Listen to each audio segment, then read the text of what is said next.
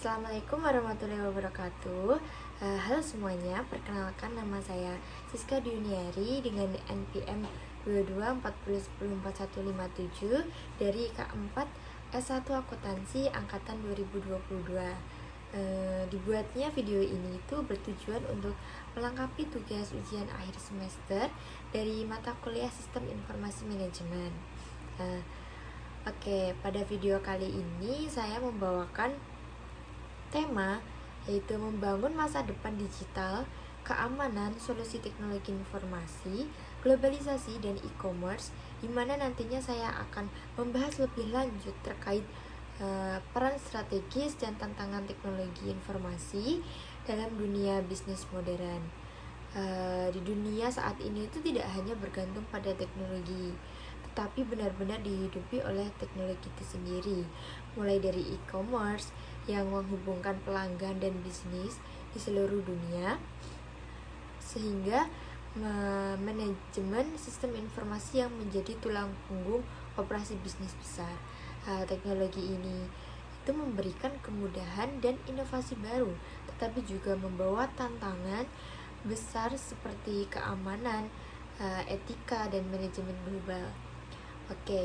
Dan pada video kali ini saya akan membahas ada 4 topik penting yang akan saya bahas. Yang pertama itu ada keamanan dan etika teknologi informasi, mencakup bagaimana kita itu mengelola ancaman dan tanggung jawab digital. Lalu yang kedua ada pengembangan solusi bisnis dan teknologi informasi, yaitu mengenai cara sistematis menciptakan solusi inovatif. Lalu yang ketiga ada manajemen global teknologi informasi, mencakup tantangan dan strategi di era globalisasi. Lalu ada e-commerce, di mana itu adalah pilar utama ekonomi digital yang terus berkembang. Tujuan dari video ini itu adalah untuk memberikan gambaran yang komprehensif mengenai bagaimana teknologi informasi ini menjadi kunci keberhasilan bisnis di dunia yang saling berhubungan. Keamanan dan etika teknologi informasi adalah aspek penting dalam mengelola ancaman digital dan memastikan tanggung jawab di dunia maya. Berikut ini merupakan langkah-langkah dan strategi untuk mengelola ancaman dan tanggung jawab digital. Yang pertama ada mengelola ancaman digital. Ancaman digital mencakup serangan cyber, pencurian data, malware, ransomware, dan ancaman internal. Berikut adalah langkah-langkah untuk mengelolanya. Yang pertama ada strategi keamanan teknologi informasi. Implementasi kebijakan keamanan. Organisasi harus memiliki kebijakan keamanan teknologi informasi yang mencakup kontrol akses, enkripsi data, dan manajemen risiko. Lalu ada penggunaan teknologi perlindungan, penggunaan firewall, perangkat lunak antivirus, sistem deteksi intrusi atau IDS, dan solusi keamanan endpoint. Lalu ada penerapan zero trust, prinsip tidak percaya siapapun, memastikan semua pengguna dan perangkat harus diverifikasi sebelum mendapatkan akses. Lalu ada pendidikan dan pelatihan, edukasi kepada karyawan tentang ancaman seperti phishing, social engineering, dan kebiasaan digital aman. Lalu program pelatihan berkala untuk meningkatkan kesadaran keamanan cyber. Selanjutnya itu ada sistem pemantauan dan audit, menggunakan alat pemantauan jaringan untuk mendeteksi aktivitas mencurigakan secara real time, melakukan audit keamanan rutin untuk mengidentifikasi celah keamanan. Lalu ada rencana respons insiden, itu menyiapkan rencana respons insiden untuk menangani pelanggaran keamanan dengan cepat, termasuk pemulihan data dan mitigasi dampak. Lalu ada perlindungan data pribadi, memastikan kepatuhan terhadap peraturan seperti GDPR atau UU Perlindungan Data Pribadi di Indonesia, lindungi data pelanggan dengan enkripsi dan kebijakan pengelolaan data yang transparan. Yang kedua ada mengelola tanggung jawab digital. Tanggung jawab digital melibatkan perilaku etis dan menghormati hak orang lain dalam penggunaan teknologi informasi. Berikut merupakan pendekatannya. Yang pertama ada etika dalam penggunaan data. Hindari pengumpulan data tanpa izin pengguna. Lalu gunakan data hanya untuk tujuan yang telah disetujui. Kepatuhan terhadap hukum dan regulasi. Patuhi hukum cyber dan regulasi teknologi informasi yang berlaku di wilayah operasi seperti hak kekayaan intelektual dan perlindungan privasi. Lalu ada transparansi dan akuntabilitas. Organisasi harus transparan dalam penggunaan data dan menjelaskan dampak teknologi terhadap pengguna. Tetapkan mekanisme akuntabilitas untuk menangani pelanggaran etika. Lalu ada pencegahan penyalahgunaan teknologi. Hindari pengembangan teknologi yang dapat digunakan untuk tujuan jahat seperti deepfake, cyberbullying, atau disinformasi. Implementasikan kebijakan penggunaan teknologi yang bertanggung jawab. Lalu ada budaya digital yang positif. Mendorong perilaku positif. Masuk pada bagian 1 itu keamanan dan etika dalam teknologi informasi. Tantangan keamanan dalam teknologi informasi. Teknologi informasi ini tidak hanya memberi kemudahan, tetapi juga menimbulkan beberapa resiko. Misalnya, yang pertama itu ada kejahatan cyber yang sering kali terjadi, yaitu serangan ransomware, pencurian data pelanggan, atau pembobolan sistem. Kasus-kasus ini seringkali menimbulkan kerugian yang besar baik secara finansial maupun reputasi. Lalu ada masalah privacy.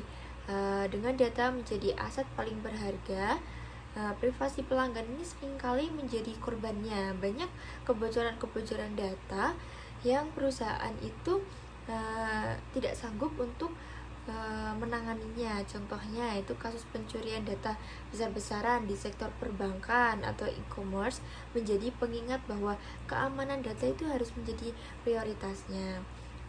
Lalu dilema dalam etika dalam teknologi informasi. Manajer ini menghadapi pertanyaan sulit. Beberapa pertanyaan sulit ini seperti apakah memantau aktivitas digital karyawan itu dianggap etis, atau haruskah perusahaan ini menjual data pelanggan-pelanggan dalam perusahaan tersebut. Dilema ini membutuhkan pendekatan yang berbasis kebijakan dan kode etik yang jelas. Misalnya kasus seorang manajer teknologi informasi yang harus melaporkan pelanggaran kebijakan oleh seorang eksekutif menunjukkan bahwa keputusan etis ini seringkali tidak mudah. Solusi untuk keamanan dan etika. Yang pertama ini manajemen resiko, yaitu menggunakan teknologi seperti firewall, enkripsi data, dan audit berkala. Lalu ada kebijakan yang transparan, yaitu memberikan panduan jelas tentang apa yang diperbolehkan dan yang tidak diperbolehkan di tempat kerja. Lalu ada pelatihan etika digital, yaitu untuk memastikan setiap karyawan ini memahami tanggung jawab mereka dalam menjaga integritas teknologi perusahaan. Masuk pada bagian 2 yaitu pengembangan solusi bisnis. Untuk menghadapi tantangan modern, perusahaan ini memerlukan solusi teknologi informasi yang dirancang dengan baik. Proses ini melibatkan langkah-langkah seperti berikut. Yang pertama ini ada pemahaman masalah dengan pendekatan sistem. Pendekatan sistem memandang setiap tantangan sebagai bagian dari sistem yang lebih besar. Misalnya, performa penjualan yang buruk bisa jadi bukan hanya masalah tenaga penjualan, tetapi juga sistem informasi yang ketinggalan zaman. Dengan pendekatan ini, perusahaan dapat mengidentifikasi akar masalah dan mengembangkan solusi yang lebih tepat. Lalu yang kedua ada pengembangan solusi teknologi informasi. Pembuatan prototipe. Teknik ini memungkinkan pengujian awal untuk meminimalkan kesalahan sebelum implementasi penuh. Lalu ada manajemen produk teknologi informasi, perencanaan, pengelolaan sumber daya, dan komunikasi tim menjadi kunci keberhasilan proyek. Contohnya, PayPal ini mendesain ulang arsitektur sistem mereka untuk mendukung 15 bahasa secara simultan, meningkatkan kecepatan ekspansi ke pasar internasional. Yang ketiga ada manajemen perubahan. Resistensi pengguna seringkali enggan menerima sistem baru. Strategi yang efektif melibatkan pengguna sejak awal dalam proses pengembangan sehingga mereka merasa memiliki keterlibatan secara langsung. Solusi teknologi informasi yang dirancang dengan baik tidak hanya mengatasi masalah bisnis, tetapi juga menjadi alat untuk inovasi dan pertumbuhan. Lalu bagian 3, manajemen global teknologi. Tantangan globalisasi dalam teknologi informasi. Ketika perusahaan berkembang secara global, teknologi informasi menjadi pusat dari keberlangsungan operasional mereka. Tantangan yang sering muncul adalah yang pertama, pembedaan budaya dan politik. Peraturan data di Eropa mungkin berbeda dengan yang ada di Asia ini. Lalu, yang kedua ada kebutuhan lokalisasi. Perubahan harus menyesuaikan aplikasi dan layanan mereka dengan kebutuhan lokal seperti bahasa dan preferensi pengguna. Lalu, strategi globalisasi teknologi informasi. Yang pertama ada outsourcing dan outsourcing. Banyak perusahaan ini memanfaatkan tenaga kerja global untuk efisiensi biaya. Namun, ini memerlukan pengelolaan yang hati-hati terhadap resiko budaya dan hukum. Lalu ada perencanaan suksesi kepemimpinan, seperti yang dilakukan oleh Procter and Gamble dengan menciptakan jalur karir cepat bagi generasi pemimpin teknologi informasi berikutnya. Dengan manajemen yang tepat, teknologi informasi ini menjadi penggerak utama strategi bisnis secara global. Selanjutnya ini transformasi digital e-commerce. E-commerce tidak hanya tentang penjualan online, tetapi mencakup seluruh proses penjualan, mulai dari pemasaran, pengiriman, layanan pelanggan, hingga pembayaran digital. Teknologi seperti cloud computing dan pembayaran elektronik telah mempercepat transformasi ini. Nilai bisnis global pada e-commerce, contoh kasusnya itu ada PayPal, merancang ulang sistem untuk mendukung berbagai bahasa, telah memungkinkan mereka ini menangani pembayaran global dengan efisien. Lalu ada KitchenAid, itu melindungi merek mereka di dunia digital dari penyalahgunaan logo dan nama produk untuk menjaga kepercayaan pelanggan.